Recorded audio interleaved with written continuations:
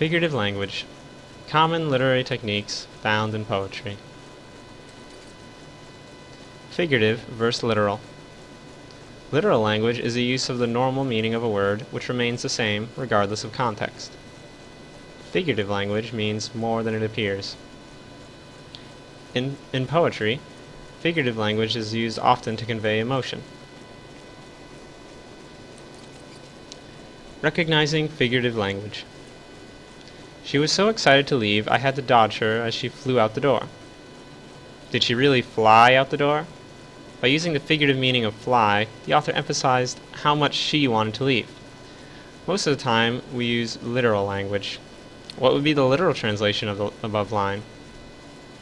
Well, she would probably be running out the door instead of flying, but fly adds more emphasis on her excitement.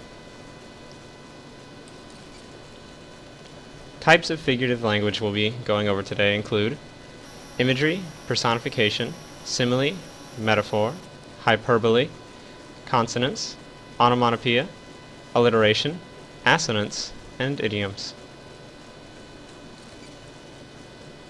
Imagery includes language that appeals to the senses: sight, hearing, touch, smell, and taste. As an example, a host of golden daffodils beside the lake beneath the trees, fluttering and dancing in the breeze, continuous as the stars that shine and twinkle on the Milky Way. Daffodils by William Wordsworth. Now what here is an example of imagery? Golden, fluttering, dancing, shine, twinkle. All of these words are used to appeal to our sense of sight, and breeze appeals to our sense of hearing and touch.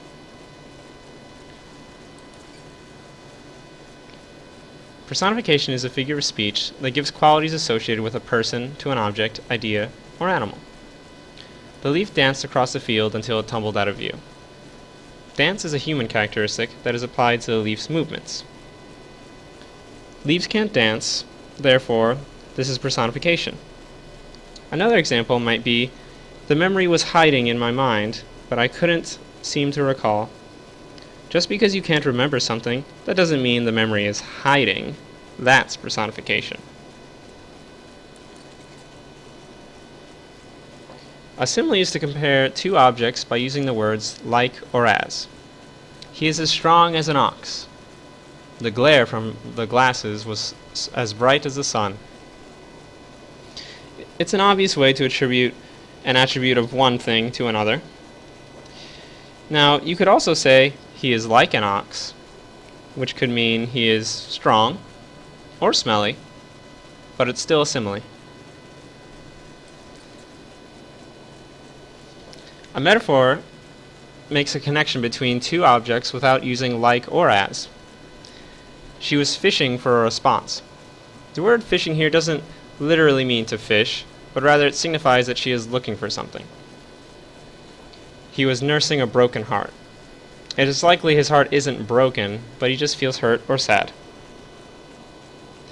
Metaphors are a bit trickier, but they work their way into conversation more often than you might expect.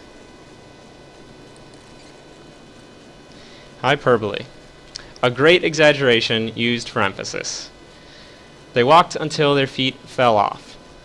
Okay, there's no way that their feet actually fell off. They probably wouldn't be telling you that that's how it happened, But I can tell that they probably walked a really long distance, but their feet most certainly did not fall off. There must have been 1,000 firemen in her house. Okay, no there wasn't.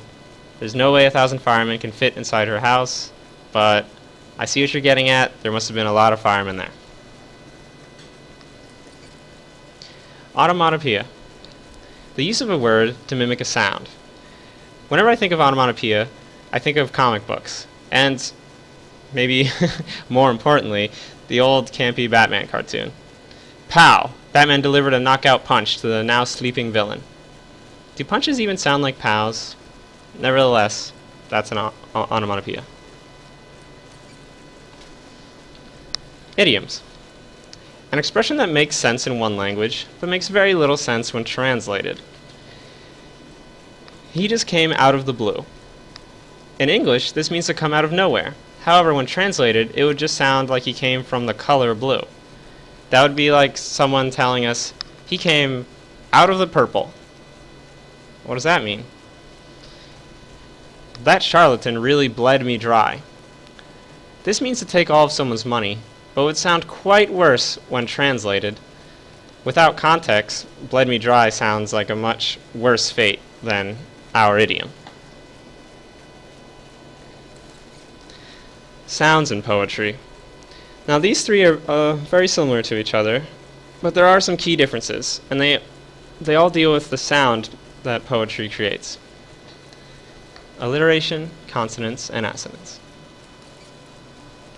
Alliteration is the use of repeated consonant sounds at the beginning of a word. Peter Piper picked a pack of pickled peppers. The vagrant was vilified by his dastardly deeds. Simple enough. Assonance. The repetition of vowel sounds to create internal rhyming. The waiter said stay to Jay as he was leaving. After a bow, he found he was crowned champion as he wiped the sweat off his brow. As you can see, this is internal rhyming, that is rhyming that is not at the end of a word. Consonants. Similarities in consonant sounds in words that otherwise do not rhyme. He struck a streak of bad luck. You can see the K's and the S's repeating there. That's consonants. Some mammals are clammy. A's and M's throughout, but they don't rhyme naturally. Whose woods these are, I think I know. His house is in the village, though. He will not see me stopping here to watch his woods fill up with snow. Robert Frost, stopping by woods on a snowy evening. The S in woods and these, and the S in house and is, and later in woods again, are all examples of consonants. Question time. Can you spot the alliteration, assonance, and/or the consonants? And the silken, sad, uncertain rustling of each purple curtain. An excerpt from Edgar Allan Poe's The Raven. Now pause the video and try to find the alliteration, assonance, and consonants. You can go back if you wish to see the definitions again. It may be a bit tricky though. Alright. Click play when you're ready. Okay, now that you're back, let's find out the answer. Silken and sad is an example of alliteration. Uncertain and rustling is the example of consonants, and purple curtain is the example of assonance. Now, as you can see by the highlighted consonants text, the sound is what is important, not the letters themselves. Since the S and the C are both making an S sound, they qualify as consonants.